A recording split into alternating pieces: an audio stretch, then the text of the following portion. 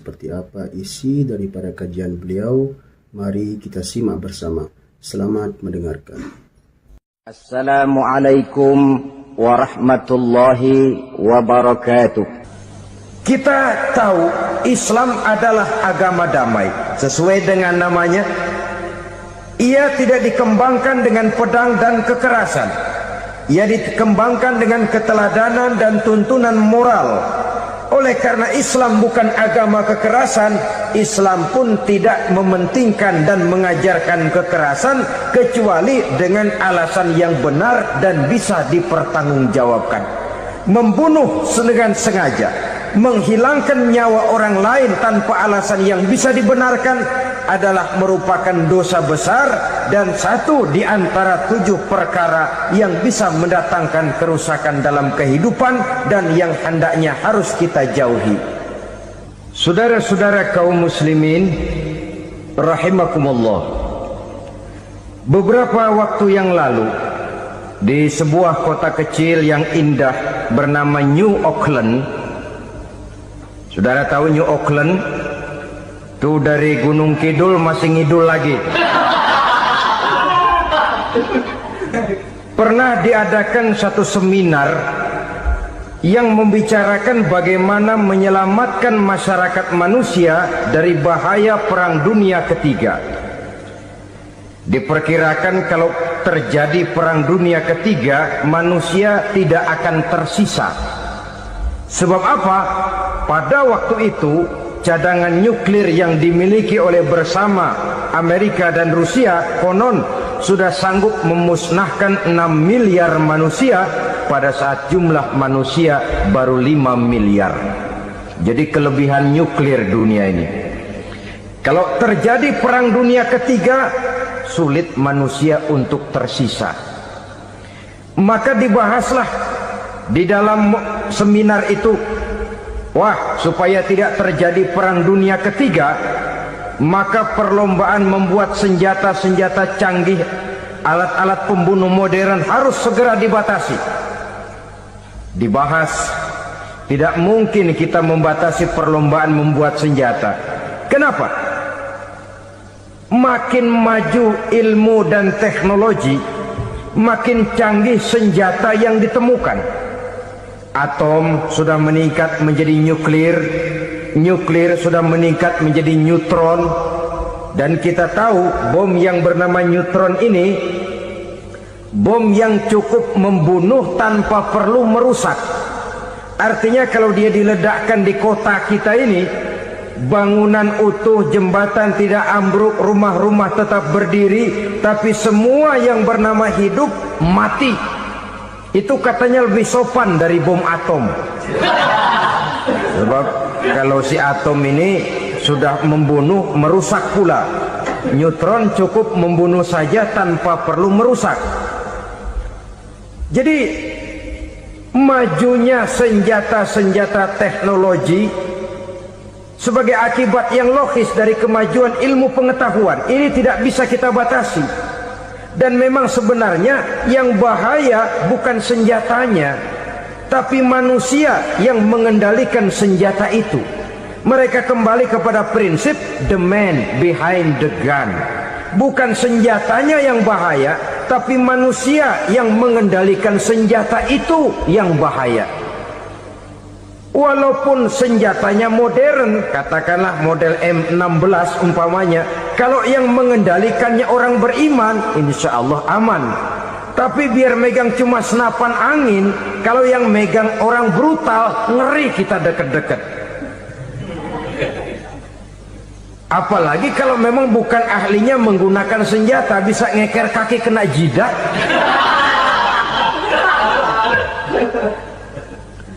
Mereka kembali kepada prinsip lama yang tetap baru. Bukan senjatanya yang harus dibatasi, manusia yang mengendalikan senjata itu yang perlu dibicarakan. Nah, kalau begitu, agar manusia tidak mempergunakan senjata sewenang-wenang, apa yang harus kita lakukan? Ya, manusianya harus bermoral. Ya, tapi moral yang mana? Di dunia ini banyak ajaran tentang moral. Itu pun mudah saja. Di sini kan kita undang saja ahli dari berbagai agama untuk membicarakan konsep perdamaian menurut agamanya masing-masing. Baik, setuju itu, setuju. Maka tampillah para ahli agama, mereka kembali kepada prinsip moral daripada konsep yang terkandung di dalam ajaran agama untuk menegakkan perdamaian. Mula-mula naiklah ahli dari agama Hindu, dibacakan konsep perdamaian menurut ajaran agama Hindu, bahwa untuk damai manusia harus meninggalkan nafsu keduniaannya, menempuh samsara dan sebagainya untuk mencapai nirwana, menjauhi kemegahan dan kemewahan dunia. Ini lalu dibahas, rasanya juga tidak mungkin ini. Kemudian dari agama Nasrani, bahwa untuk damai manusia harus menciptakan sifat kasih sayang. Kalau ditampar pipi kiri, berikan pipi yang kanan. Kalau diberikan selendang, berikan baju. Nanti orang kasihan, lalu dia tidak akan nampar lagi. Ketika ini dibahas, ternyata rasanya pun tidak mungkin bisa diterima. Karena apa? Di zaman sekarang orang ditampar pipi kiri, dikasih pipi kanan. Bukan kasihan, gemes. Damai belum tentu, bonyok udah jelas. Lalu ketika dibacakan konsep perdamaian menurut Quran, di mana disampaikan ayat wa jazaa'u sayyi'atin sayyi'atun misluha faman afa wa aslaha fa ajruhu 'ala Allah. Balasan terhadap satu kejahatan adalah kejahatan yang seimbang. Tetapi barang siapa yang memberi maaf dan mencari jalan damai, itulah yang terbaik dan akan mendapat pahala dari Allah Subhanahu wa ta'ala. Kamu tidak salah ditampar pipi kirimu, tampar lagi pipi kirinya sekeras dia menampar pipi kirimu. Nanti orang tidak mau menampar kita karena dia tahu kalau dia tampar kita, dia akan menderita tamparan sekeras dia menampar kita. Akan terjadilah prinsip saling hormat menghormati, tidak saling ganggu, tidak saling usil, tidak saling jahil. Atas dasar ini perdamaian bisa ditegakkan. Mereka bisa menerima konsep ini, tapi kemudian seminar ditutup tanpa satu keputusan resmi. Kenapa? Terus terang mereka kagum dengan konsep Islam, tapi sentimen lama terhadap nilai-nilai Islam telah menutup mata mereka untuk menerima kebenaran dari ajaran Al-Quranul Karim. Saudara-saudara kaum muslimin rahimakumullah, kembali kita kepada persoalan pokok. Roh adalah dari Allah, dia akan kembali kepada Allah, milik mutlak dari Allah. Tidak pantas kita merampasnya dari orang lain. Tidak wajar kita menghilangkannya tanpa alasan yang dibenarkan oleh agama. Di zaman sekarang, akibat persaingan hidup yang makin tajam, lapangan kerja yang makin sulit, tensi ekonomi yang makin tinggi, atau karena nilai moral yang makin rendah, atau juga karena rapuhnya pegangan orang kepada agama, nyawa rasanya sudah sedemikian murahnya. Berbagai kasus membuat berdiri bulu roma kita. Ada mayit, ada manusia dipotong 6, dicincang macam kambing. Ada yang dipotong 5, ada yang dipotong 13, dikardusin, dibuang ke tempat sampah. Inna lillahi wa inna ilaihi raji'un. Gejala apa ini? Kanibalisme. Manusia sudah demikian sadisnya, manusia sudah sedemikian buasnya, sehingga sesama manusia diperlakukan seperti hewan. Padahal hewan sendiri belum pernah macan makan macan, bagaimanapun buasnya macan. Belum pernah serigala memakan serigala, bagaimanapun brutalnya serigala. Tetapi manusia makan manusia di zaman sekarang kadang jadi kenyataan dalam kehidupan kita. Kadang persoalannya remeh saja, soal uang 200 perak, pisau bicara, nyawa melayang. Soal rokok sebatang, celurit bicara, nyawa melayang. Soal-soal yang sama sekali tidak prinsip, begitu mudah kita menghilangkan nyawa orang lain. Padahal Nabi pernah memperingatkan, apabila dua orang muslim sudah berkelahi dan berbunuh-bunuhan, al-qatil wal maqtul finnar, yang membunuh dan yang terbunuh dua-duanya neraka. Sahabat heran, ya Rasul, kalau yang terbunuh, kalau yang membunuh masuk neraka itu sih wajar, tapi yang terbunuh kenapa neraka juga? Beliau menjawab, dua-duanya sudah punya niat untuk saling membunuh. Niatnya itu yang diponten. Yang terbunuh cuman lagi apos aja, keduluan dia. Umpama tidak terbunuh, pasti dia yang akan membunuh. Oleh karenanya al-qatil wal maktul, yang membunuh dan yang dibunuh finnar, dua-duanya masuk ke dalam neraka. Islam menghormati kehidupan, tidak hanya terbatas kepada sesama muslim, orang-orang yang berlainan agama pun yang mau hidup berukun, damai, berdampingan dengan umat Islam, jiwa mereka, darah mereka dilindungi oleh nilai-nilai Islam yang disebut dengan kafir zimmi ini. Mengganggu mereka sama saja dengan mengganggu aku, kata Nabi. Jadi oleh karena itu, sayangilah sesama. Kehidupan adalah anugerah Allah, bukan wewenang kita untuk mencabutnya dari orang lain, bukan wewenang kita untuk merampas dan menghilangkannya dari orang lain. Apa yang tidak enak terjadi pada diri kita, begitu pula lah apabila terjadi pada diri orang lain. Sehingga Nabi mengatakan, la yu'minu ahadukum hatta yuhibba li akhihi ma yuhibbu li nafsihi. Belum dikatakan beriman seseorang kamu apabila dia belum mencintai saudaranya seperti ia mencintai dirinya sendiri. Apa yang enak dirasakan oleh orang lain, enak juga dirasakan oleh dia. Mengukur orang lain dengan diri sendiri. Kalau orang lain tanpa salah saya fitnah, kalau saya tanpa salah difitnah orang, enak apa enggak? Enggak, orang lain juga begitu.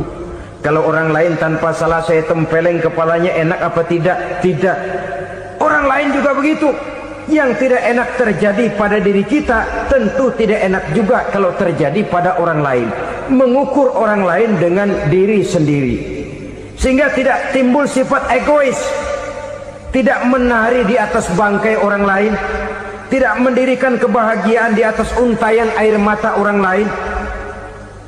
Sehingga dengan demikian, saudara-saudara, dia bisa menghormati kehidupan, menghormati orang lain sebagaimana dia ingin dihormati. Untuk menghancurkan nilai-nilai iman, dibanjiri kita dengan paham-paham yang merusak dan mendangkalkan akidah, baik ia bernama materialisme, baik ia bernama sekularisme, baik ia bernama banjirnya maksiat dan munkarat, baik ia bernama banjirnya peradaban dan kebudayaan yang menghancurkan moral daripada anak-anak kita. Sedikit demi sedikit melenturkan dan melunturkan nilai-nilai keimanan kita, untuk kemudian pada waktunya nilai iman itu akan bertukar dan berganti menjadi nilai syirik kepada Allah Subhanahu wa ta'ala. Atau pada sisi lain, menjadikan yang selain Allah sebagai tujuan akhir daripada kehidupan kita. Sedangkan kita sama-sama maklum bahwa di dalam pandangan agama Islam, dosa yang tidak berampun, dosa yang terbesar, termasuk dalam kategori bapak moyangnya dosa, tidak lain adalah syirik, yakni menyekutukan Allah Subhanahu wa ta'ala. Pola penghancuran iman ini memang berstrategi. Ditawarkan kita kepada paham materialisme, paham kebendaan, di mana otak menempati urutan sebagai ranking pertama, Tuhan jatuh pada urutan kedua. Lalu menyusul kepada paham sekularisme, Allah dipisahkan dari seluruh kegiatan hidup ini, untuk pada gilirannya menjadikan yang selain Allah sebagai tujuan akhir daripada seluruh kegiatan hidup kita. Oleh karenanya, kewajiban menjaga nilai-nilai iman ini merupakan kewajiban yang mulia tetapi berat. Tidak hanya untuk kita, tetapi juga bagaimana mewariskannya kepada anak-anak kita, generasi yang akan datang.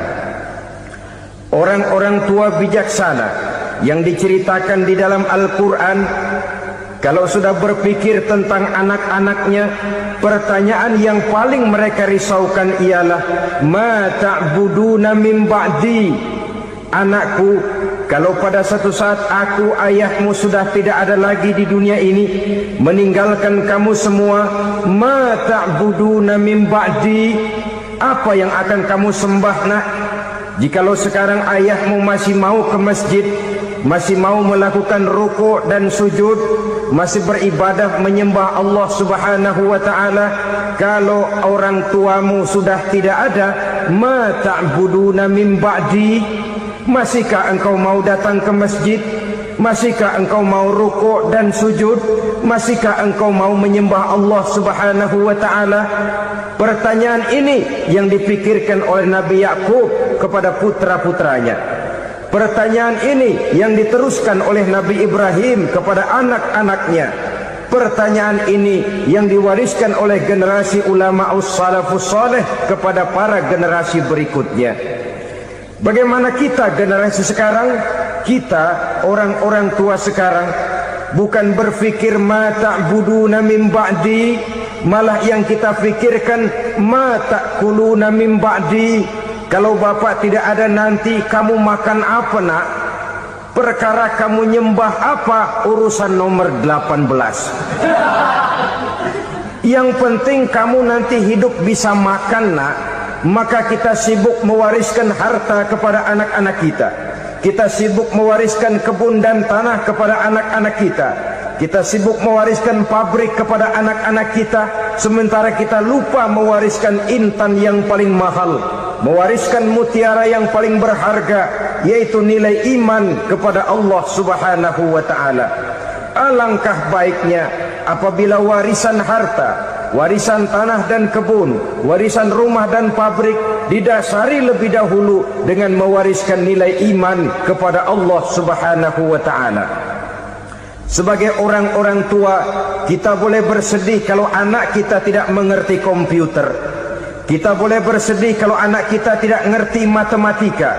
Kita boleh bersedih kalau anak kita tidak mengerti bahasa Inggris.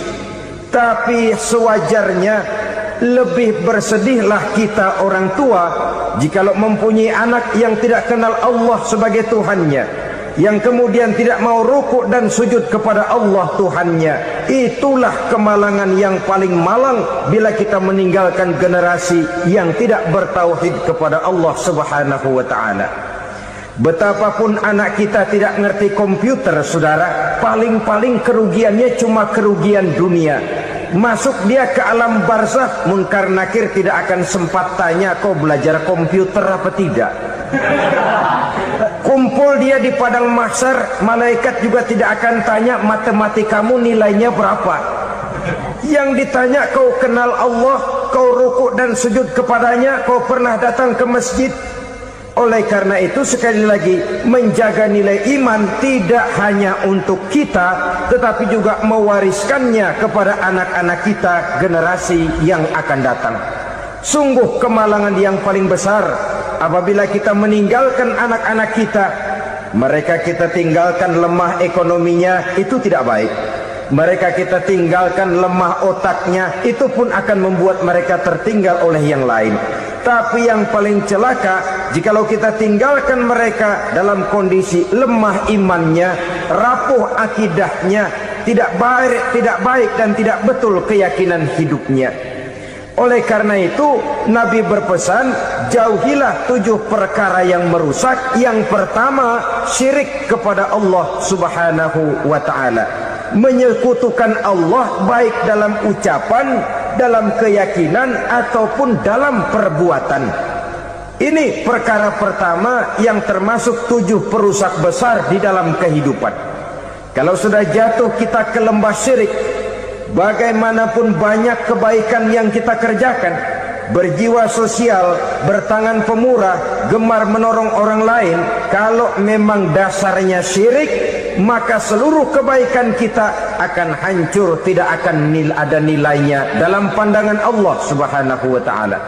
Dalam pandangan manusia, mungkin kita dicatat sebagai orang sosial, gemar menolong orang lain, tidak berpangku tangan melihat orang yang mendapat kesulitan, tapi oleh karena dasarnya syirik, dasarnya tidak mentauhidkan Allah, maka seluruh nilai kebaikan yang kita kerjakan tidak akan ada nilainya dalam pandangan Allah Subhanahu wa ta'ala. Maka jagalah iman kita jangan sampai dihinggapi penyakit syirik yang bagaimana kecilnya sekalipun.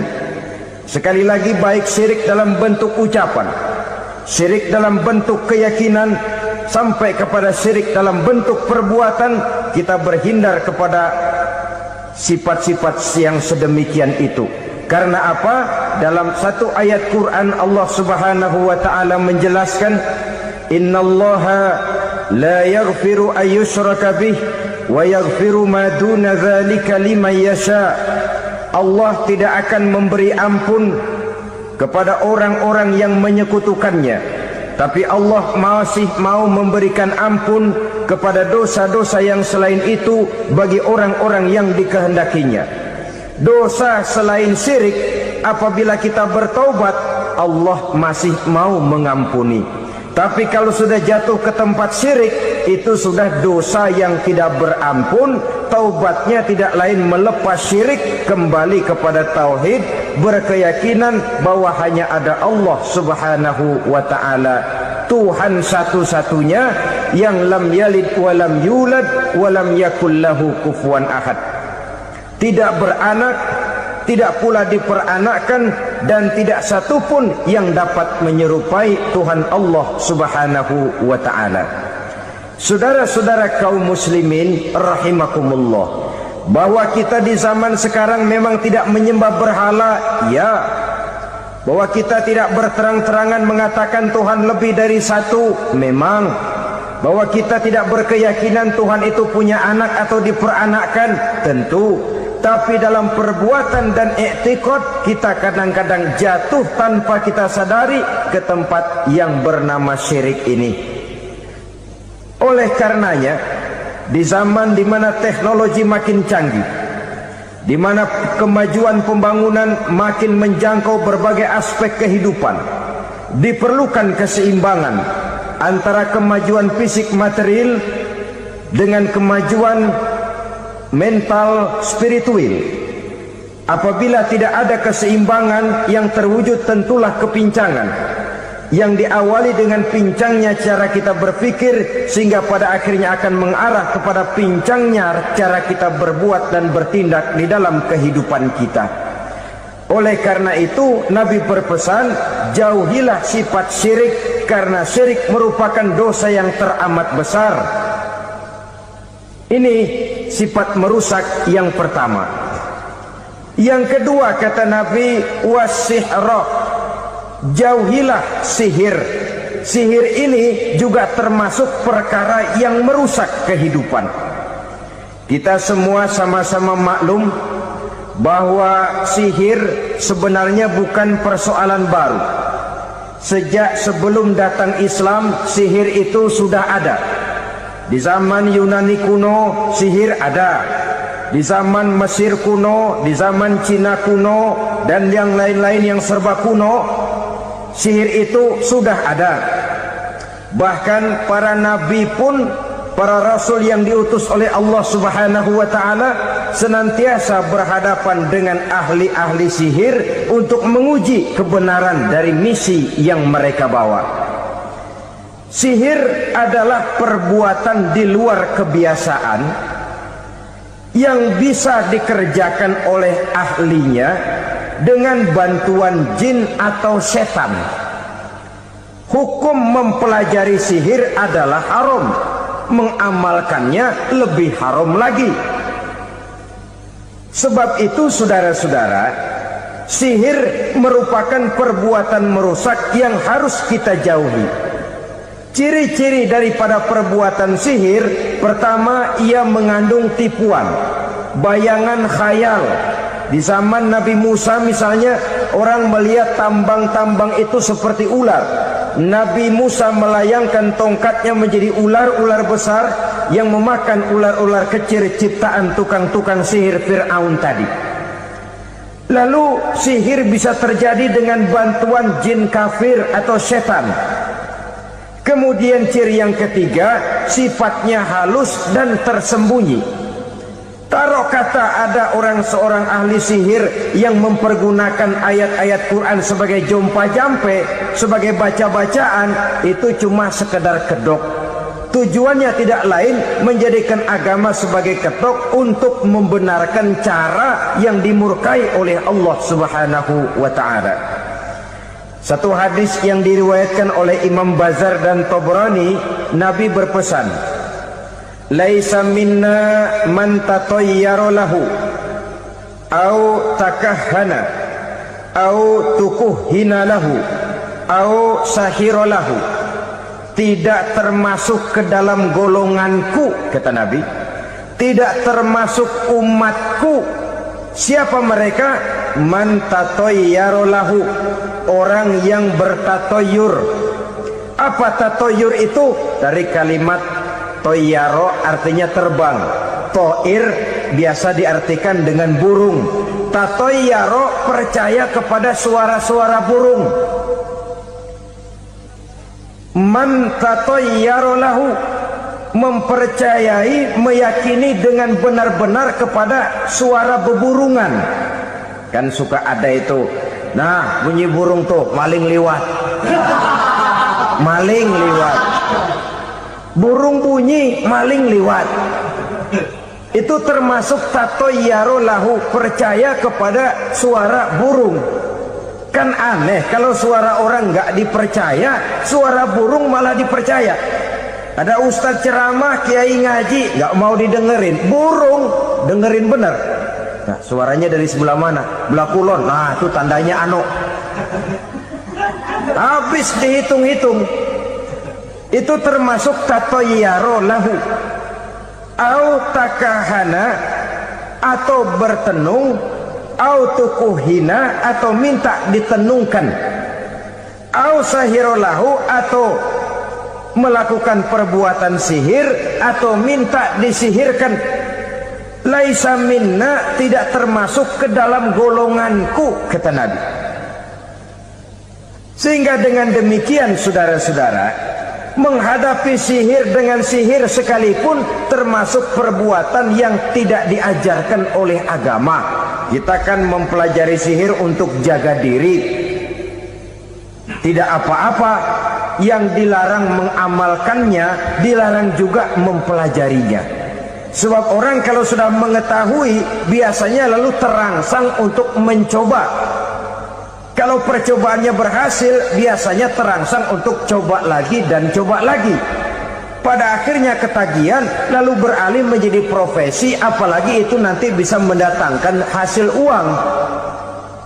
Saudara-saudara kaum muslimin rahimakumullah, kita manusia makhluk nyata. Kita hidup di alam nyata, terikat oleh sunnatullah, causality. Oleh karenanya, bagi kita keyakinan yang penuh, keikhlasan di dalam bertuhankan Allah, penyerahan diri sepenuhnya hanya kepadanya, itu sudah merupakan obat penangkal yang sangat ampuh agar kita tidak terkena penyakit-penyakit yang dibuat oleh setan dan para pembantunya. Sehingga beberapa ayat Quran mengajarkan, misalnya a'udzu bikalimatillahi tammati min syarri ma khalaq, atau bismillazi la yadurru ma'asmihi syai'un fil ardi wala fis sama, dengan menyebut nama Allah yang tidak bisa mendatangkan bahaya sedikit pun, dari baik yang datang dari langit maupun yang datang dari bumi. Jiwa yang kosong dari keyakinan yang penuh kepada Allah, jiwa yang penuh was-was dan ragu-ragu, itu yang mudah terserang oleh penyakit-penyakit yang dikerjakan oleh para tukang-tukang sihir, yaitu oleh setan dan seluruh para pembantunya. Kemudian hadis kedua yang diriwayatkan oleh Imam Ibnu Hibban, Nabi bersabda, la yadkhulul jannata mudminu khamrin wala mu'minu bisihrin wala qati'ur rahmin. Tidak masuk surga. Ini Nabi yang bilang, tidak masuk surga Siapa itu? Pertama, mudminu khamrin, orang yang berkekalan dalam mabuk. Selalu mudminun itu sudah menjadi perbuatan rutinnya, tidak kapok-kapoknya, teler seumur hidup.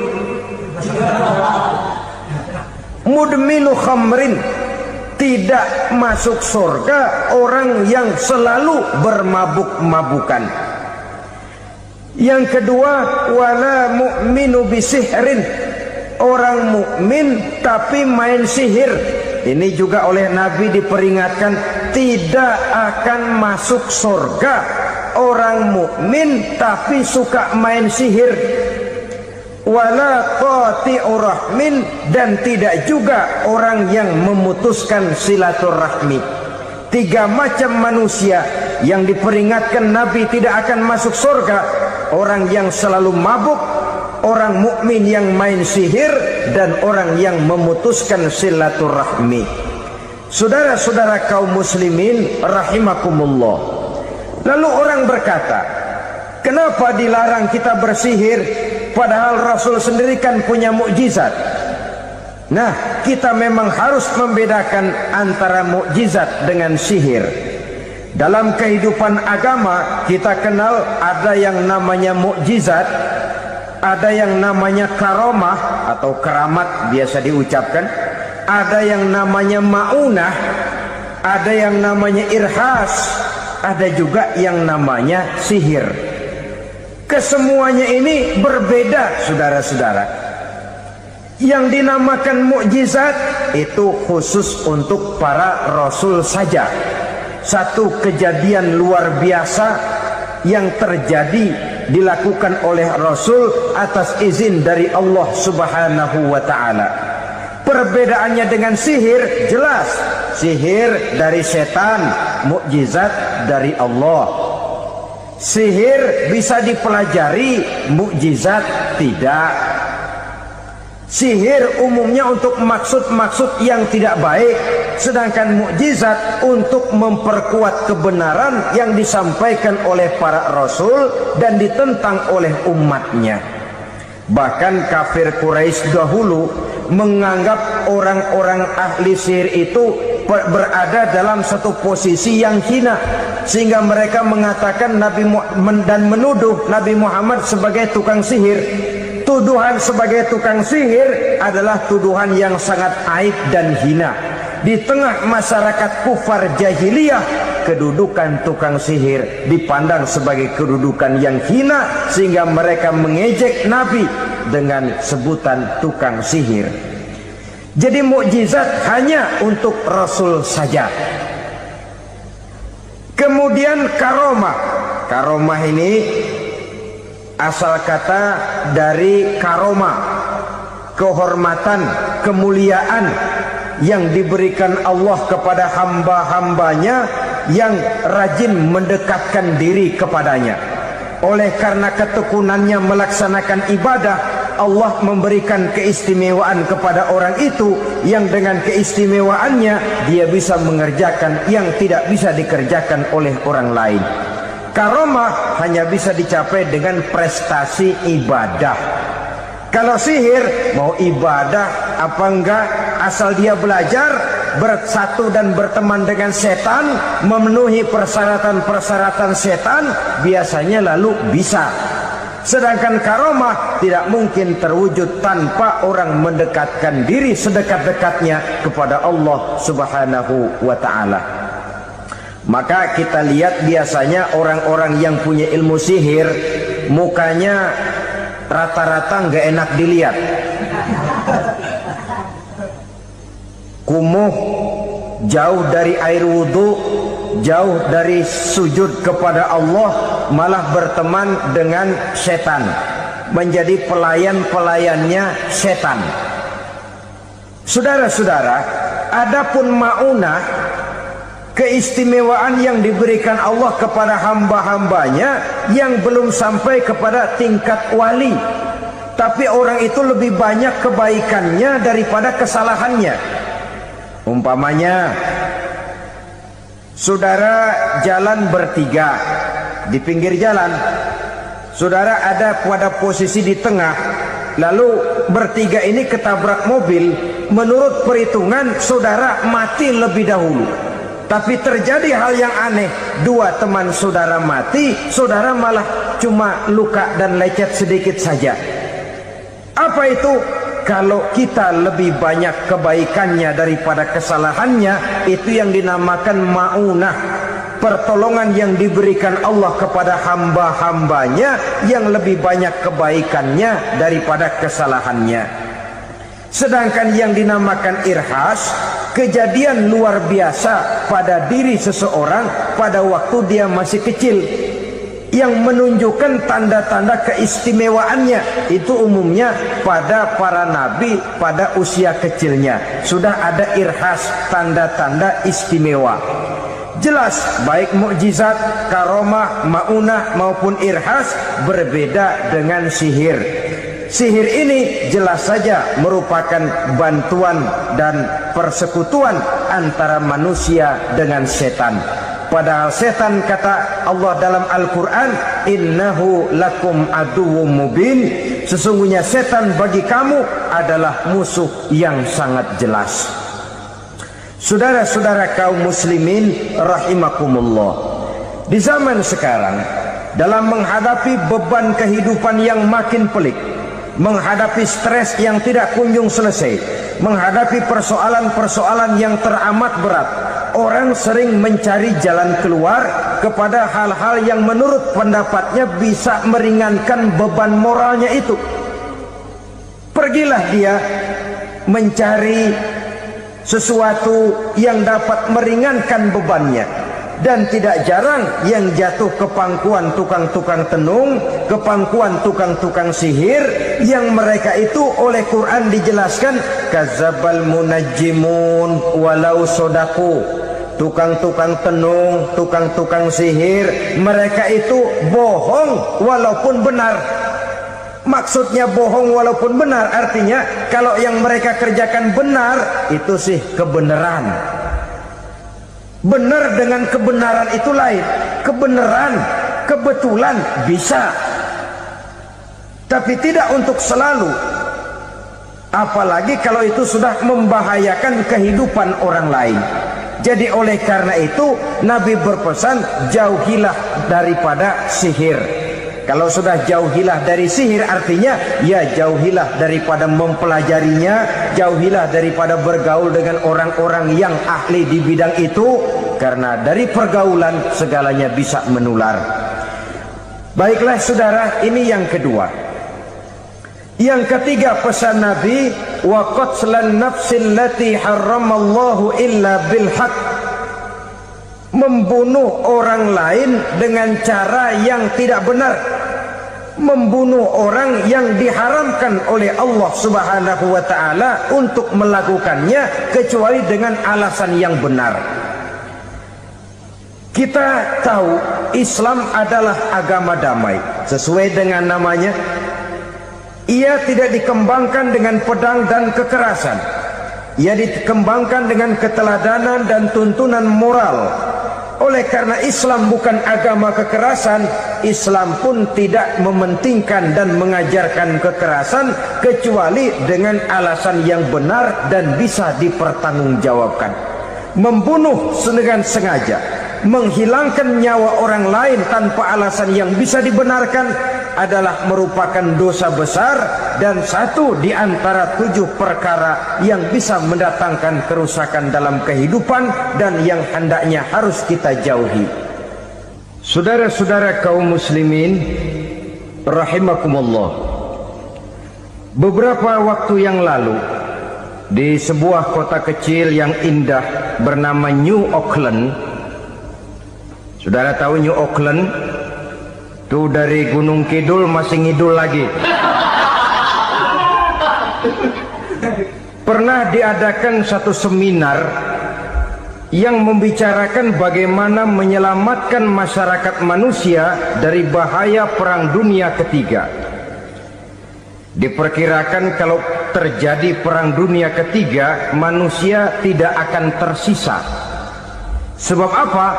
Pada waktu itu cadangan nuklir yang dimiliki oleh bersama Amerika dan Rusia konon sudah sanggup memusnahkan 6 miliar manusia pada saat jumlah manusia baru 5 miliar. Jadi kelebihan nuklir dunia ini. Kalau terjadi perang dunia ketiga, sulit manusia untuk tersisa. Maka dibahaslah di dalam seminar itu, wah, supaya tidak terjadi perang dunia ketiga, maka perlombaan membuat senjata-senjata canggih, alat-alat pembunuh modern harus segera dibatasi. Dibahas, tidak mungkin kita membatasi perlombaan membuat senjata. Kenapa? Makin maju ilmu dan teknologi, makin canggih senjata yang ditemukan. Atom sudah meningkat menjadi nuklir, nuklir sudah meningkat menjadi neutron, dan kita tahu bom yang bernama neutron ini bom yang cukup membunuh tanpa perlu merusak. Artinya kalau dia diledakkan di kota kita ini, bangunan utuh, jembatan tidak ambruk, rumah-rumah tetap berdiri, tapi semua yang bernama hidup mati. Itu katanya lebih sopan dari bom atom. Sebab kalau si atom ini sudah membunuh, merusak pula. Neutron cukup membunuh saja tanpa perlu merusak. Jadi majunya senjata-senjata teknologi sebagai akibat yang logis dari kemajuan ilmu pengetahuan ini tidak bisa kita batasi. Dan memang sebenarnya yang bahaya bukan senjatanya, tapi manusia yang mengendalikan senjata itu. Mereka kembali kepada prinsip the man behind the gun. Bukan senjatanya yang bahaya, tapi manusia yang mengendalikan senjata itu yang bahaya. Walaupun senjatanya modern, katakanlah model M16 umpamanya, kalau yang mengendalikannya orang beriman, insya Allah aman. Tapi biar megang cuma senapan angin, kalau yang megang orang brutal, ngeri kita deket-deket. Apalagi kalau memang bukan ahlinya menggunakan senjata, bisa ngeker kaki kena jidat.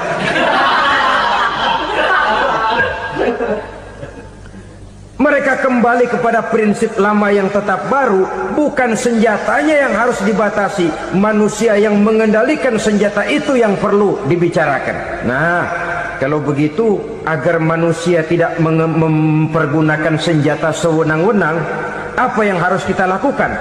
Ya, manusianya harus bermoral. Ya, tapi moral yang mana? Di dunia ini banyak ajaran tentang moral. Itu pun mudah saja. Di sini kan kita undang saja ahli dari berbagai agama untuk membicarakan konsep perdamaian menurut agamanya masing-masing. Baik, setuju itu? Setuju. Maka tampillah para ahli agama, mereka kembali kepada prinsip moral daripada konsep yang terkandung di dalam ajaran agama untuk menegakkan perdamaian. Mula-mula naiklah ahli dari agama Hindu, dibacakan konsep perdamaian menurut ajaran agama Hindu, bahwa untuk damai manusia harus meninggalkan nafsu keduniaannya, menempuh samsara dan sebagainya untuk mencapai nirwana, menjauhi kemegahan dan kemewahan dunia. Ini lalu dibahas, rasanya juga tidak mungkin ini. Kemudian dari agama Nasrani, bahwa untuk damai manusia harus menciptakan sifat kasih sayang. Kalau ditampar pipi kiri, berikan pipi yang kanan. Kalau diberikan selendang, berikan baju. Nanti orang kasihan, lalu dia tidak akan nampar lagi. Ketika ini dibahas, ternyata rasanya pun tidak mungkin bisa diterima. Karena apa? Di zaman sekarang orang ditampar pipi kiri, dikasih pipi kanan. Bukan kasihan, gemes. Damai belum tentu, bonyok udah jelas. Lalu ketika dibacakan konsep perdamaian menurut Quran, di mana disampaikan ayat wa jazaa'u sayyi'atin sayyi'atun misluha faman afa wa aslaha fa ajruhu 'ala Allah. Balasan terhadap satu kejahatan adalah kejahatan yang seimbang. Tetapi barang siapa yang memberi maaf dan mencari jalan damai, itulah yang terbaik dan akan mendapat pahala dari Allah Subhanahu wa taala. Kamu tidak salah ditampar pipi kirimu, tampar lagi pipi kirinya sekeras dia menampar pipi kirimu. Nanti orang tidak mau menampar kita karena dia tahu kalau dia tampar kita, dia akan menderita tamparan sekeras dia menampar kita. Akan terjadilah prinsip saling hormat menghormati, tidak saling ganggu, tidak saling usil, tidak saling jahil. Atas dasar ini perdamaian bisa ditegakkan. Mereka bisa menerima konsep ini, tapi kemudian seminar ditutup tanpa satu keputusan resmi. Kenapa? Terus terang mereka kagum dengan konsep Islam, tapi sentimen lama terhadap nilai-nilai Islam telah menutup mata mereka untuk menerima kebenaran dari ajaran Al-Quranul Karim. Subhanallah, sangat luar biasa kajian yang sudah disampaikan oleh beliau, guru kita Al-Maghfurullah Kiai Haji Zainuddin MZ. Sahabat beriman yang dirahmati Allah Subhanahu wa taala, jangan beranjak dulu karena kajian beliau belum selesai dan masih banyak hal-hal menarik yang akan disampaikan oleh beliau. Selamat mendengarkan. Saudara-saudara kaum muslimin rahimakumullah, kembali kita kepada persoalan pokok. Roh adalah dari Allah. Dia akan kembali kepada Allah, milik mutlak dari Allah. Tidak pantas kita merampasnya dari orang lain. Tidak wajar kita menghilangkannya tanpa alasan yang dibenarkan oleh agama. Di zaman sekarang, akibat persaingan hidup yang makin tajam, lapangan kerja yang makin sulit, tensi ekonomi yang makin tinggi, atau karena nilai moral yang makin rendah, atau juga karena rapuhnya pegangan orang kepada agama, nyawa rasanya sudah sedemikian murahnya. Berbagai kasus membuat berdiri bulu roma kita. Ada mayit, ada manusia dipotong 6, dicincang macam kambing.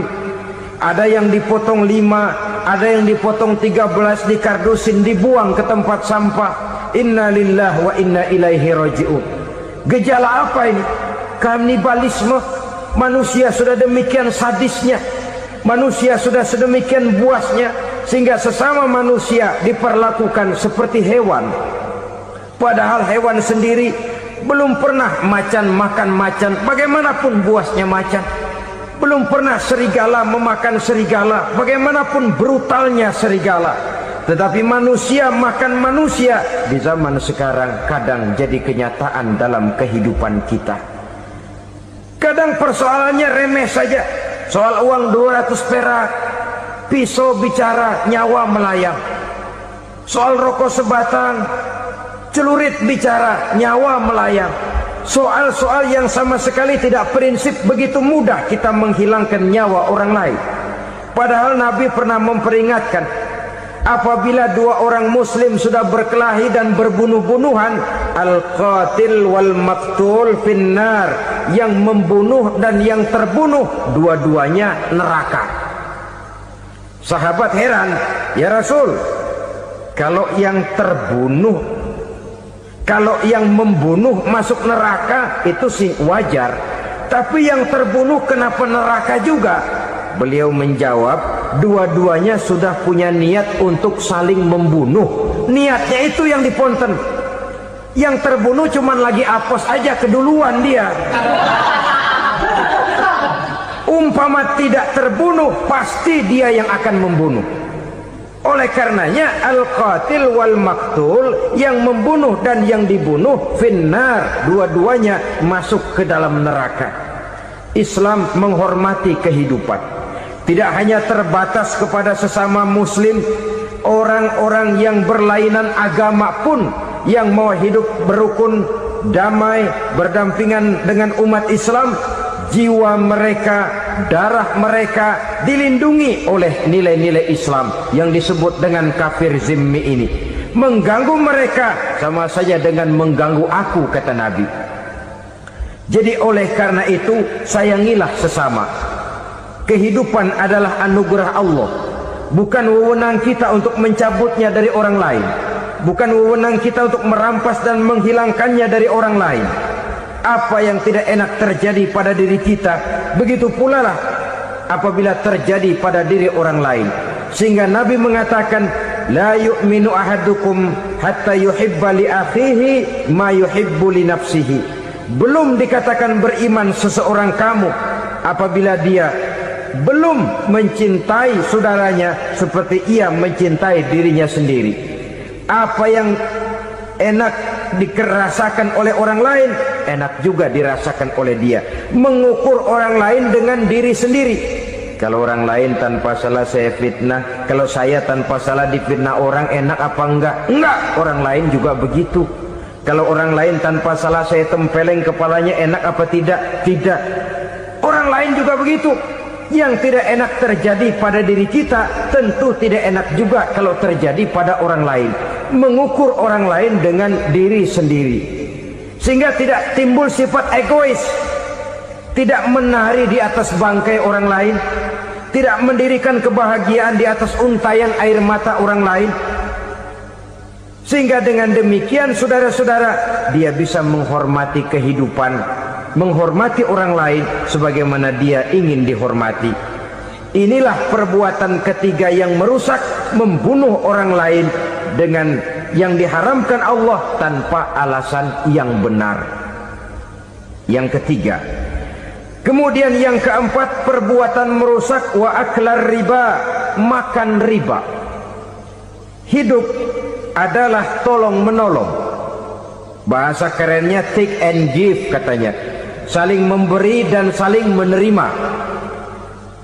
Nabi mengajarkan, man kuraba kurbatan min kurabid dunya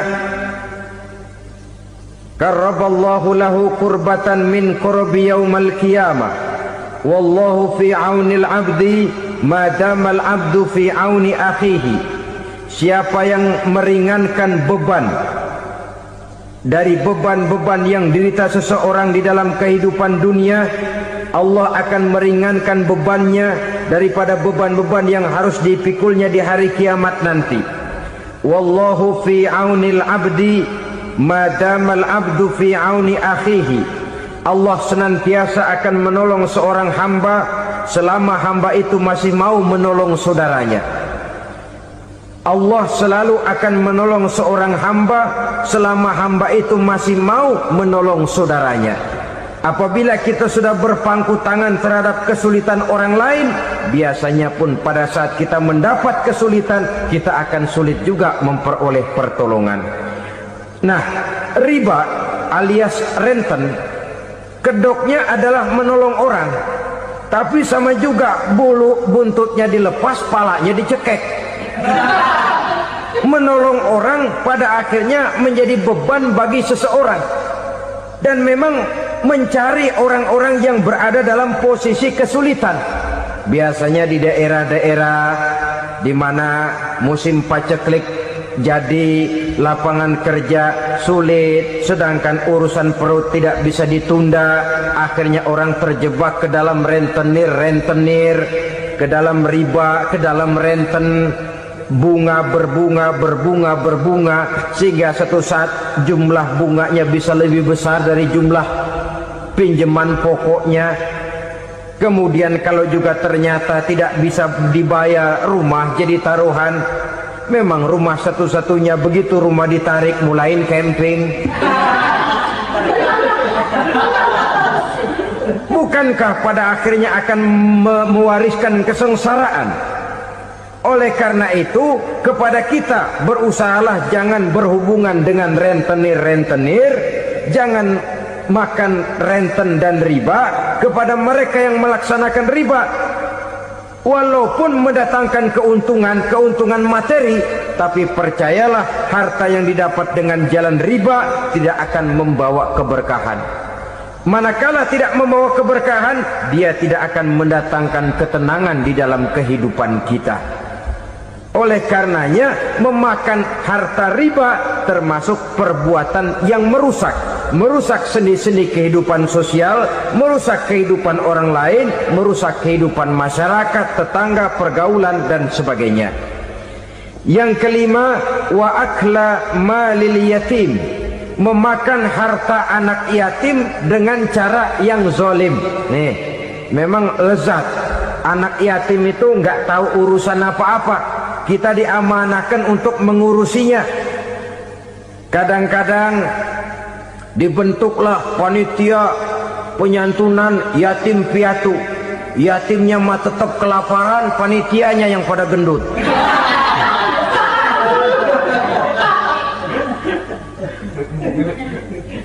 Padahal memakan harta anak yatim termasuk perbuatan dosa besar, dan menjantuni yatim merupakan perbuatan mulia. Nabi mengatakan, ana wa kafilul yatim kahataini yaumal qiyamah. Aku dan orang-orang yang menyantuni anak yatim seperti dua jari ini pada hari kiamat nanti. Dekat sekali. Jikalau ingin di hari akhir nanti dekat dengan Rasul, bersahabatlah dengan anak-anak yatim. Jadilah pengurus anak-anak yatim. Bangunlah panti-panti asuhan yatim. Pada saat bapak ibunya meninggal, kitalah yang menjadi orang tuanya. Bahkan sedemikian besar perhatian Islam terhadap anak-anak yatim ini, sehingga Quran memberikan peringatan, ara'aital ladzi yukadzibu bid-din fadzalikal ladzi yad'ul yatim wa la yahuddu ala ta'amil miskin. Tahukah kamu siapa orang yang mendustakan agama, beragama tapi dianggap dusta, salatnya dusta, puasanya dusta karena agamanya sudah berdusta. Siapa mereka? Fadzalikal ladzi yad'ul yatim, orang yang menyia-nyiakan anak yatim, wala yahuddu ala ta'amil miskin, dan tidak pernah memberi makan kepada orang-orang yang menderita kemiskinan. Menyia-nyiakan, meninggalkan anak yatim termasuk perbuatan yang divonis kita sebagai orang yang mendustakan agama. Saudara-saudara kaum muslimin rahimakumullah, maka sangat dicela mengeksploitir anak-anak yatim, menjadikan mereka sebagai kedok untuk mencari kekayaan pribadi. Tetapi jikalau ikhlas, ganjarannya sangat besar, nilai pahalanya sangat besar. Menyantuni yatim tidak hanya setahun sekali. Kalau Muharram pakai istilah lebaran yatim, dibentuklah panitia, diberilah beras, uang 45.000 rupiah, alhamdulillah. Tapi jangan lupa, si yatim tidak hidup cuma satu hari. Dia tidak hidup cuma di bulan Muharram saja. Dia hidup 12 bulan dalam setahun. Sebagaimana anak-anak yang lain, dia juga berhak punya masa depan. Dia juga berhak menikmati bangku sekolah. Dia berhak mengenyam arti dan makna pendidikan. Dia berhak membekali diri dengan ilmu dan pengetahuan seperti halnya anak-anak yang lain. Maka kita yang diberikan keluasan oleh Allah, ingatlah itu, bersahabatlah dengan anak-anak yatim, santuni mereka. Perkara setahun sekali di bulan Muharram, alhamdulillah, itu bagus, bin Thayyib alias baik. Tapi tentu dan tentu sekali lagi, si yatim tidak hanya hidup di bulan Muharram. Dia hidup 12 bulan dalam setahun, 24 jam di dalam sehari. Oleh karenanya, menyia-nyiakan mereka pada saat posisi kita memang mampu akan memojokkan kita dalam satu posisi di mana kita dianggap sebagai orang yang mendustakan agama, memakan harta anak yatim dengan cara yang zolim.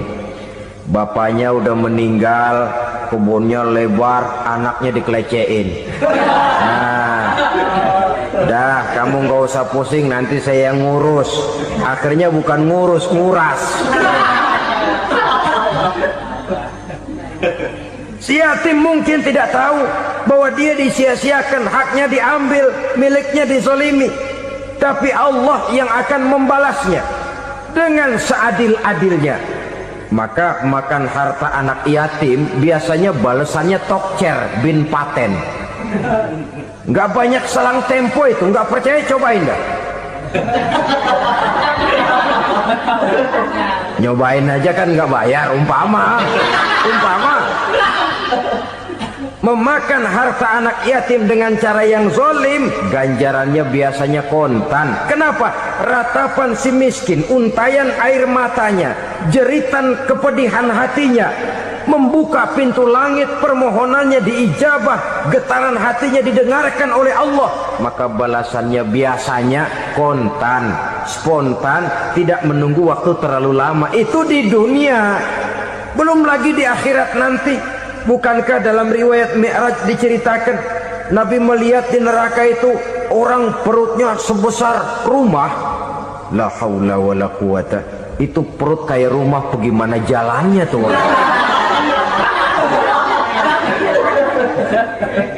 Dan memang gak jalan, diseret-seret oleh malaikat di neraka itu. Hancur perutnya, amburadul itu perut. Berantakan isinya, dibulatkan lagi, diseret lagi, hancur lagi, dibulatkan lagi. Sampai Nabi tanya, orang itu begitu berat siksanya kenapa ya Jibril? Itu Muhammad, waktu di dunia dulu rakus banget makan harta anak yatim. Begitu vonisnya, begitu menyedihkan nasibnya di akhirat. Tapi di dunia pun ketidakberkahan itu sudah membayangi kehidupannya. Oleh karena itu, kepada saudara-saudara yang mendapat titipan anak yatim, berbahagialah, karena semulia-mulia rumah adalah rumah yang di dalamnya ada anak yatim yang disantuni. Sehina-hina rumah adalah rumah di mana di dalamnya ada anak yatim yang disia-siakan. Begitu kata Nabi kita. Rumah yang paling mulia dalam pandangan Allah, rumah yang di dalamnya ada anak yatim yang disantuni. Rumah yang paling hina dalam pandangan Allah, rumah yang di dalamnya ada anak yatim yang nasibnya disia-siakan. Berbahagialah saudara apabila menjadi penyantun anak-anak yatim, pelindung mereka, sehingga mereka mempunyai masa depan sebagaimana anak-anak lainnya. Rasulullah sendiri sedemikian peka terhadap keadaan anak-anak yatim karena beliau sendiri memang mengalami. Umur 6 bulan dalam kandungan ibu, beliau sudah ditinggalkan oleh ayahnya. Pada saat berusia 6 tahun, ibu sudah meninggal. Yatim piatu dalam usia di mana beliau sedang perlu belas kasih seorang ibu dan pengertian seorang bapak. Kepekaan itu lalu timbul, bahkan kemudian sampai kepada beliau berkata, aku dan orang yang menyantuni anak yatim seperti jari tengah dan jari telunjuk di hari akhirat nanti. Sedemikian dekatnya. Baiklah ya, jadi yang kelima, memakan harta anak yatim. Jauhi, karena ini perbuatan yang merusak. Yang keenam, watawalli yaumaz zahfi, melarikan diri pada hari pertempuran. Apa ini? Khianat, tidak konsekuen dengan konsep perjuangan. Pada mulanya keras benar teriak, berantas korupsi, ganyang korupsi, cuma karena belum dapat giliran. Begitu dia naik dapat kesempatan, korupsinya lebih edan dari yang diteriakinya. Ini termasuk tawalli yaumaz zahfi, berpaling pada hari peperangan. Di saat menghadapi musuh, kalau belum kelihatan musuh, teriaknya nyaring bener. Jangan takut, demi kebenaran sampai titik darah yang paling penghabisan. Musuh belum kelihatan. Begitu musuh sudah kelihatan, paling dulu lari ke belakang. Kalau diajak berjuang ada saja alasannya. Sehingga Quran memberikan peringatan kepada kita semua. Mengapa kamu ini berat? Kalau sudah diajak berjuang di jalan Allah, kakimu seperti terhunjam berakar di perut bumi. Berat untuk melangkah berjuang. Lari dari pertempuran tidak konsekuen dengan konsepsi perjuangan. Mau enaknya saja dalam kondisi yang sulit lalu berpangku tangan. Ini termasuk ciri munafik yang di dalam Al-Quran disindir dengan bahasa kullama adha'a lahum masyawfi wa iza azlama alaihim qamu waktu terang mereka jalan, giliran gelap mereka mandek. Artinya, maksudnya, kalau giliran ada untungnya aja, rame-rame teriak Islam. Tapi begitu diminta berjuang, dituntut berkorban, rame-rame mundur. Waktu dilihat di Islam ada untungnya, rame-rame teriak Islam. Pak, saya Islam banget, Pak. KTP saya Islam, Pak. Pokoknya Islam banget dah. Tapi ketika diminta berjuang, dituntut sedikit berkorban, rame-rame mengundurkan diri. Tahun 65 PKI berontak. Waduh, waktu itu jadi orang Islam untung itu. Nggak dikejar-kejar, aman. Masjid rame, masjid, mobil-mobil mewah parkir di depan musola dan masjid. Kenapa? Waktu itu asal udah ke masjid aman. Islam selamat, untung. Tapi begitu keadaan aman, yang parkir di musola beda butut melulu.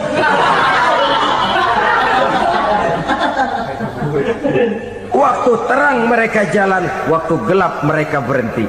Dikala di Islam ada untungnya, baru wah Islam bagus, Islam hebat. Tapi waktu dilihat ada kerugian, jangan bawa-bawa Islam dah. Jangan bicara soal Islam, ini kan bukan soal agama. Bukan soal agama. La haula wa la quwata illa billah. Beragama kita ambil talfik fiddin, mengambil yang enteng-enteng saja dalam urusan beragama ini. Tidak konsekuen kita dengan Islam kita. Seolah kita mau memilih mana yang terasa cocok sama selera kita, kita teriak Islam. Beratan aja dikit, rame-rame berpaling. Itu termasuk tawalli yaumaz zahfi, para pengkhianat mental-mental hipokrit. Alhamdulillahirabbil alamin. Demikianlah kajian penuh ilmu, hikmah dan manfaat yang sudah disampaikan oleh guru kita Al-Maghfurullah Kiai Haji Zainuddin MZ. Sahabat beriman yang dirahmati Allah Subhanahu wa taala, mari kita doakan beliau mudah-mudahan diberikan ampunan oleh Allah Subhanahu wa taala dan dilapangkan kuburnya. Dan pada para sahabat yang sudah menyimak kajian ini sampai selesai, saya ucapkan terima kasih banyak dan saya doakan sahabat semoga sehat selalu dan dilancarkan segala urusannya dan diberikan rizki yang berkah melimpah ruah. Amin ya rabbal alamin. Sampai berjumpa di kajian-kajian berikutnya.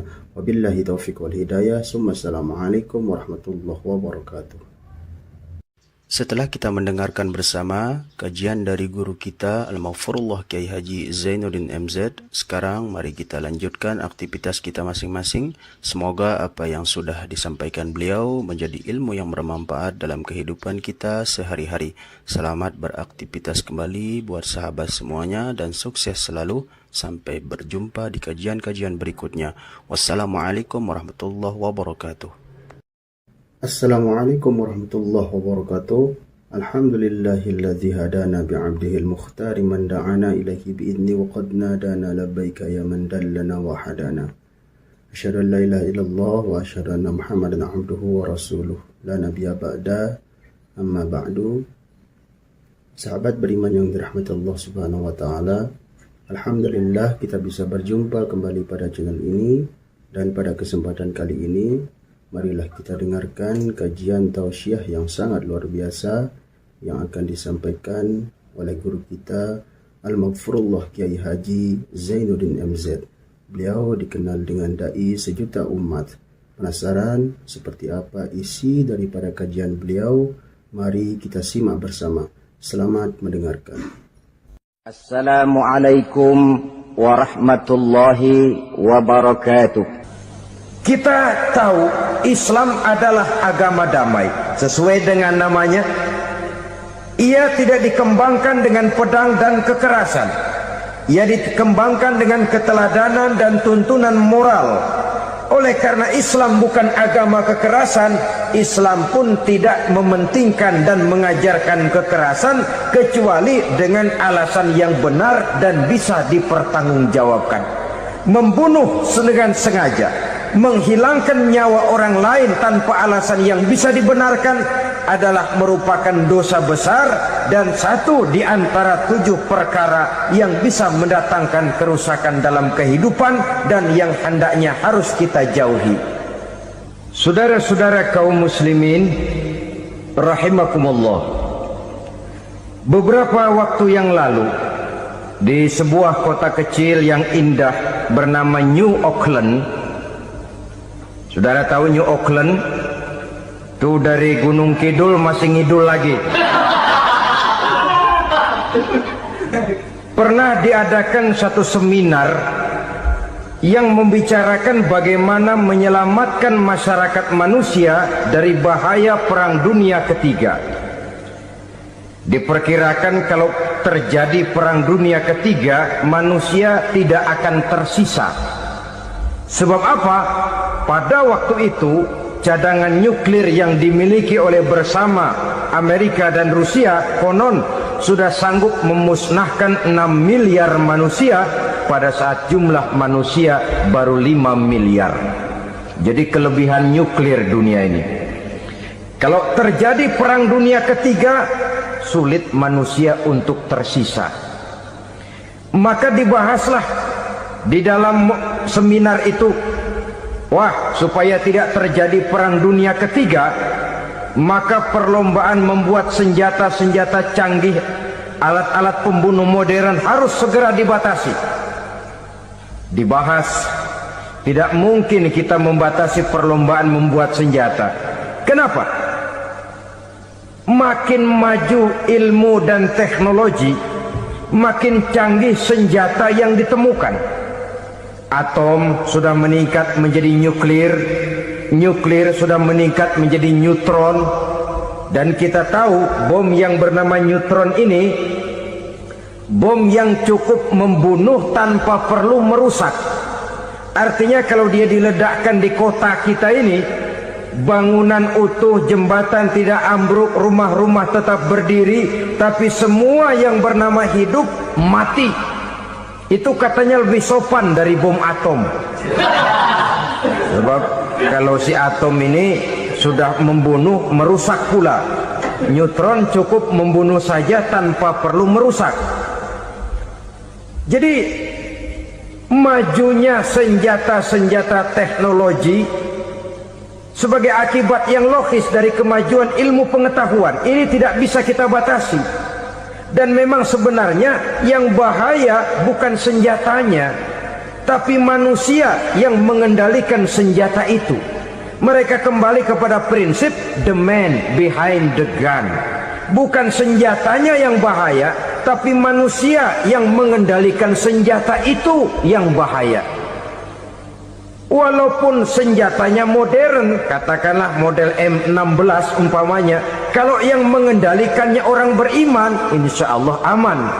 Tapi biar megang cuma senapan angin, kalau yang megang orang brutal, ngeri kita deket-deket. Apalagi kalau memang bukan ahlinya menggunakan senjata, bisa ngeker kaki kena jidat.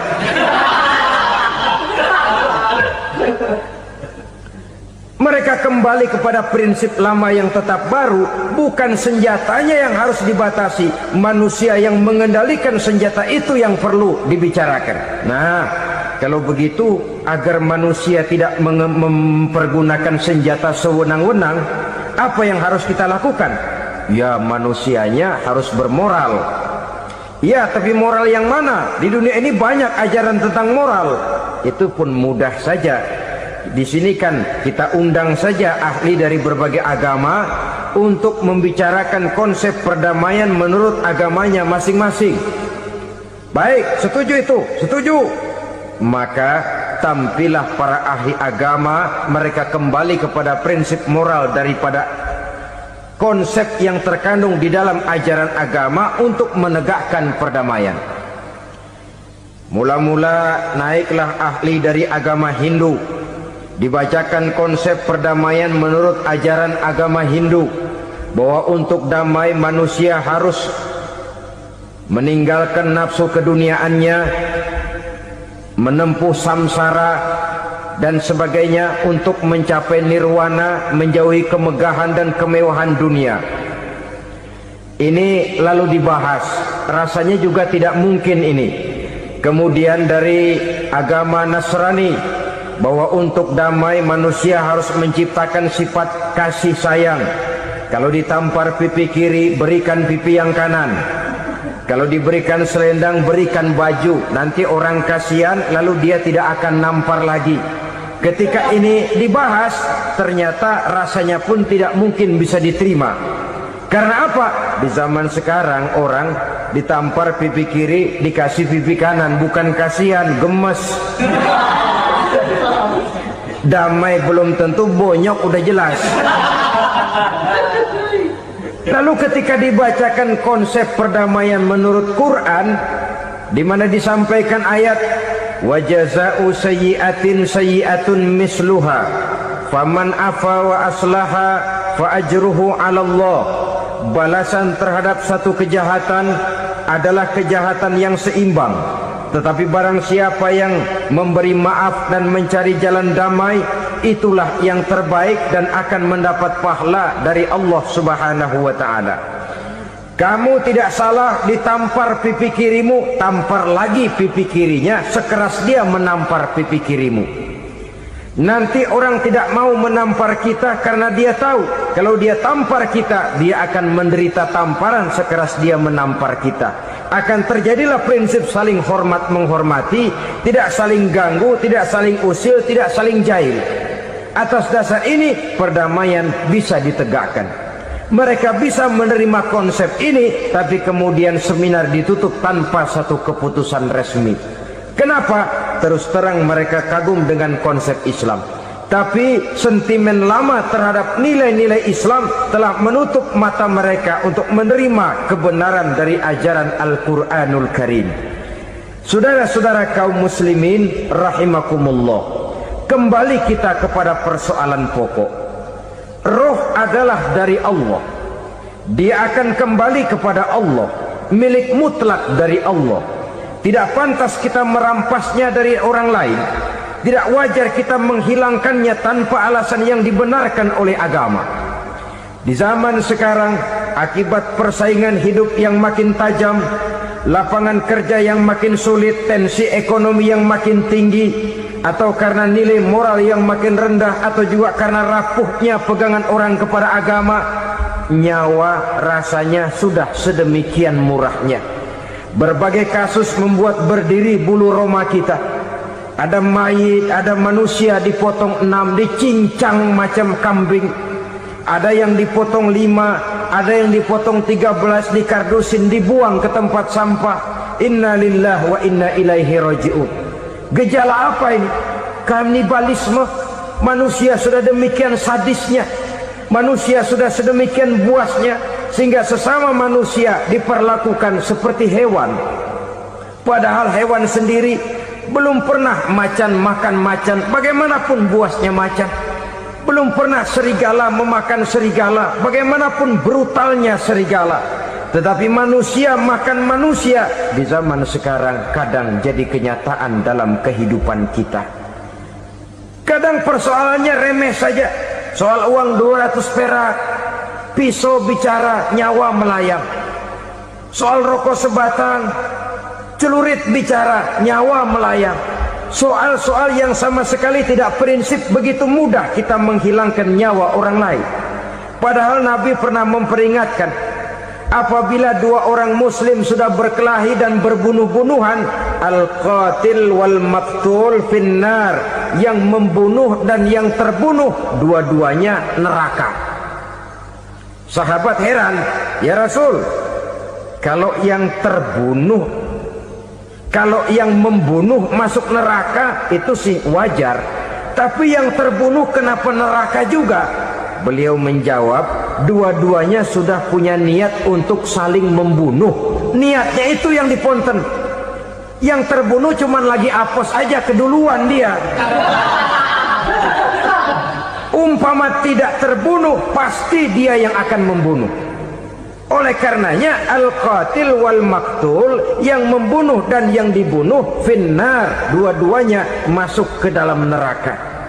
Islam menghormati kehidupan, tidak hanya terbatas kepada sesama muslim. Orang-orang yang berlainan agama pun yang mau hidup berukun, damai, berdampingan dengan umat Islam, jiwa mereka darah mereka dilindungi oleh nilai-nilai Islam yang disebut dengan kafir zimmi ini. Mengganggu mereka sama saja dengan mengganggu aku, kata Nabi. Jadi oleh karena itu, sayangilah sesama. Kehidupan adalah anugerah Allah, bukan wewenang kita untuk mencabutnya dari orang lain, bukan wewenang kita untuk merampas dan menghilangkannya dari orang lain. Apa yang tidak enak terjadi pada diri kita, begitu pula lah apabila terjadi pada diri orang lain. Sehingga Nabi mengatakan, la yu'minu ahadukum hatta yuhibba li akhihi ma yuhibbu li nafsihi. Belum dikatakan beriman seseorang kamu apabila dia belum mencintai saudaranya seperti ia mencintai dirinya sendiri. Apa yang enak dirasakan oleh orang lain, enak juga dirasakan oleh dia. Mengukur orang lain dengan diri sendiri. Kalau orang lain tanpa salah saya fitnah, kalau saya tanpa salah difitnah orang, enak apa enggak? Enggak, orang lain juga begitu. Kalau orang lain tanpa salah saya tempeleng kepalanya, enak apa tidak? Tidak. Orang lain juga begitu. Yang tidak enak terjadi pada diri kita, tentu tidak enak juga kalau terjadi pada orang lain. Mengukur orang lain dengan diri sendiri, sehingga tidak timbul sifat egois, tidak menari di atas bangkai orang lain, tidak mendirikan kebahagiaan di atas untayan air mata orang lain. Sehingga dengan demikian, saudara-saudara, dia bisa menghormati kehidupan, menghormati orang lain sebagaimana dia ingin dihormati. Untuk menghancurkan nilai-nilai iman, dibanjiri kita dengan paham-paham yang merusak dan mendangkalkan akidah. Baik ia bernama materialisme, baik ia bernama sekularisme, baik ia bernama banjirnya maksiat dan munkarat, baik ia bernama banjirnya peradaban dan kebudayaan yang menghancurkan moral daripada anak-anak kita. Sedikit demi sedikit melenturkan dan melunturkan nilai-nilai keimanan kita, untuk kemudian pada waktunya nilai iman itu akan bertukar dan berganti menjadi nilai syirik kepada Allah Subhanahu wa ta'ala. Atau pada sisi lain, menjadikan yang selain Allah sebagai tujuan akhir daripada kehidupan kita. Sedangkan kita sama-sama maklum bahwa di dalam pandangan agama Islam, dosa yang tidak berampun, dosa yang terbesar, termasuk dalam kategori bapak moyangnya dosa, tidak lain adalah syirik, yakni menyekutukan Allah Subhanahu wa ta'ala. Pola penghancuran iman ini memang berstrategi. Ditawarkan kita kepada paham materialisme, paham kebendaan, di mana otak menempati urutan sebagai ranking pertama, Tuhan jatuh pada urutan kedua. Lalu menyusul kepada paham sekularisme, Allah dipisahkan dari seluruh kegiatan hidup ini, untuk pada gilirannya menjadikan yang selain Allah sebagai tujuan akhir daripada seluruh kegiatan hidup kita. Oleh karenanya, kewajiban menjaga nilai-nilai iman ini merupakan kewajiban yang mulia tetapi berat.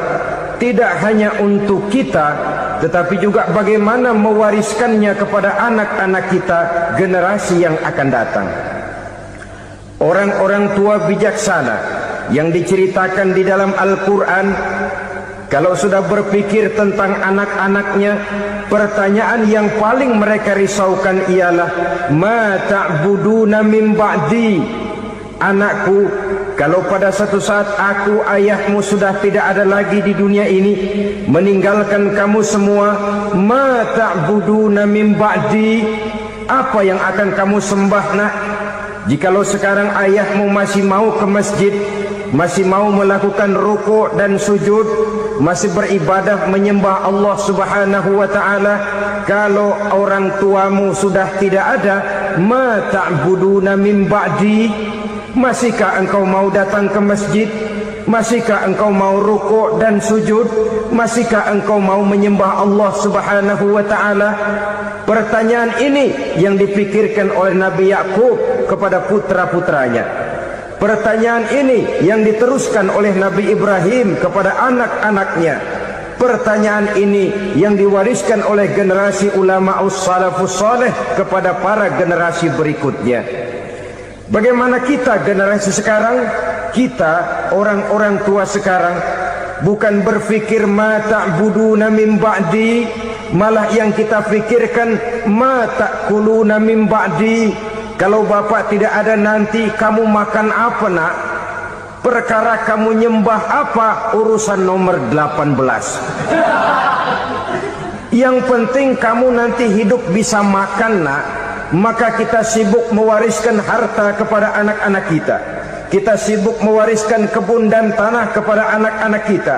Kita sibuk mewariskan pabrik kepada anak-anak kita, sementara kita lupa mewariskan intan yang paling mahal, mewariskan mutiara yang paling berharga, yaitu nilai iman kepada Allah Subhanahu wa ta'ala. Alangkah baiknya apabila warisan harta, warisan tanah dan kebun, warisan rumah dan pabrik didasari lebih dahulu dengan mewariskan nilai iman kepada Allah Subhanahu wa ta'ala. Sebagai orang-orang tua, kita boleh bersedih kalau anak kita tidak mengerti komputer. Kita boleh bersedih kalau anak kita tidak mengerti matematika. Kita boleh bersedih kalau anak kita tidak mengerti bahasa Inggris. Tapi sewajarnya lebih bersedihlah kita orang tua jikalau mempunyai anak yang tidak kenal Allah sebagai Tuhannya, yang kemudian tidak mau rukuk dan sujud kepada Allah Tuhannya.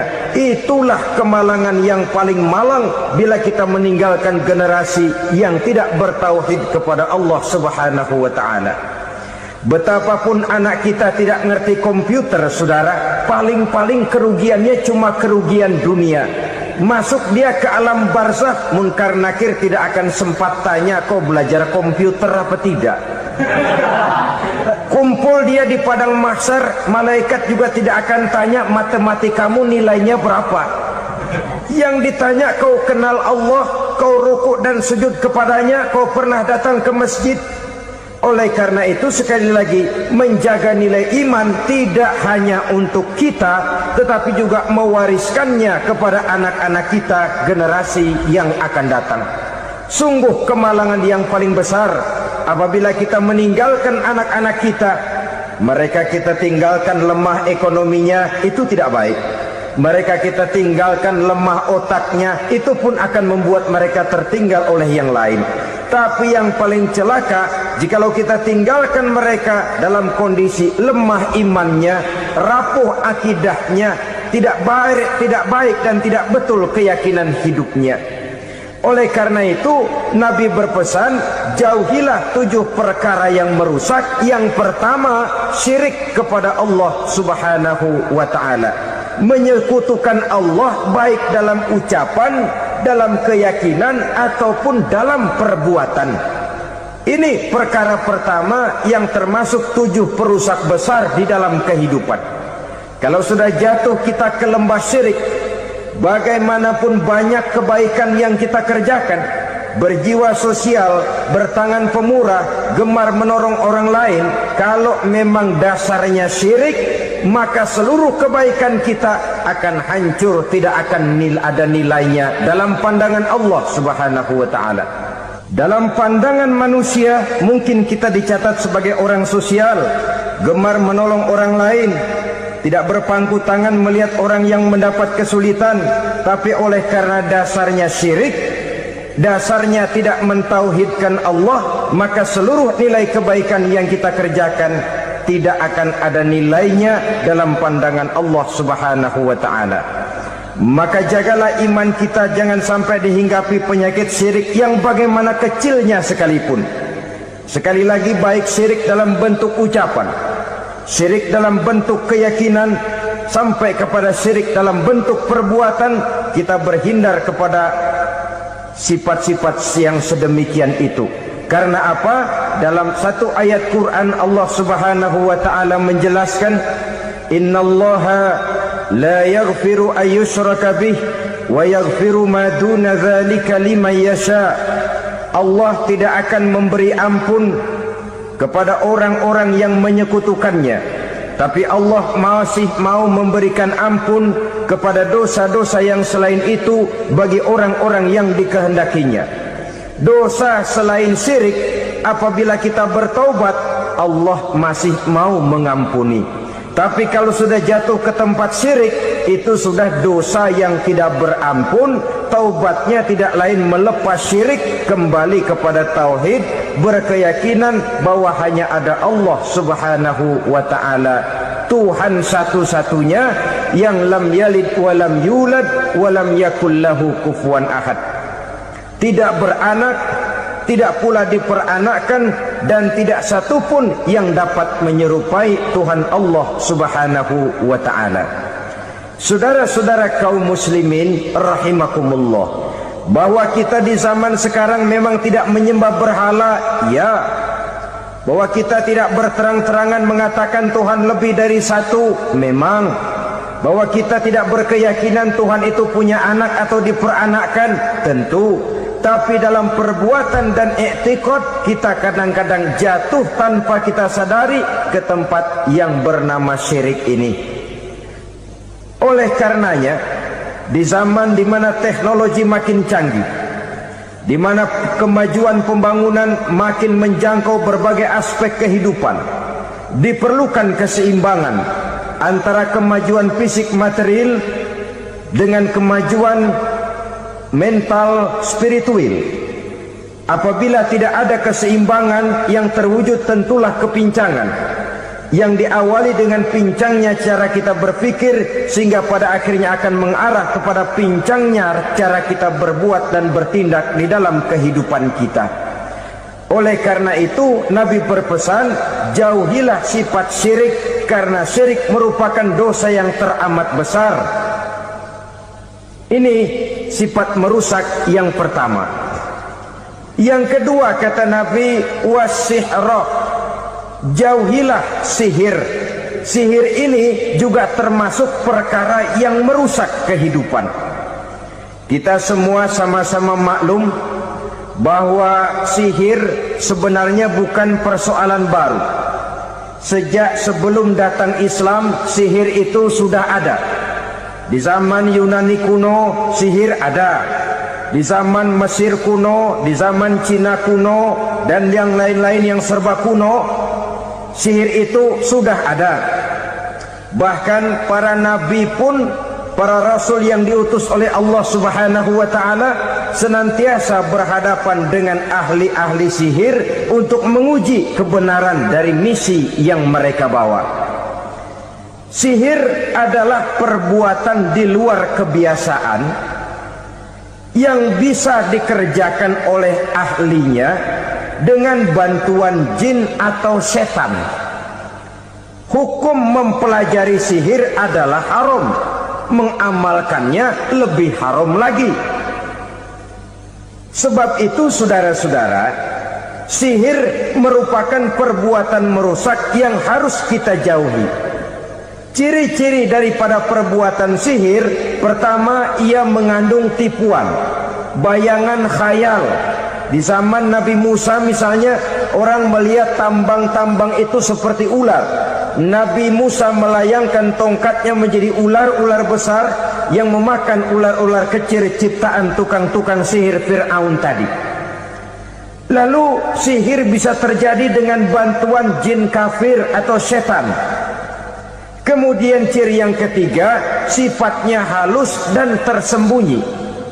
Taruh kata ada seorang ahli sihir yang mempergunakan ayat-ayat Quran sebagai jompa-jampe, sebagai baca-bacaan, itu cuma sekedar kedok. Tujuannya tidak lain menjadikan agama sebagai ketok untuk membenarkan cara yang dimurkai oleh Allah Subhanahu wa ta'ala.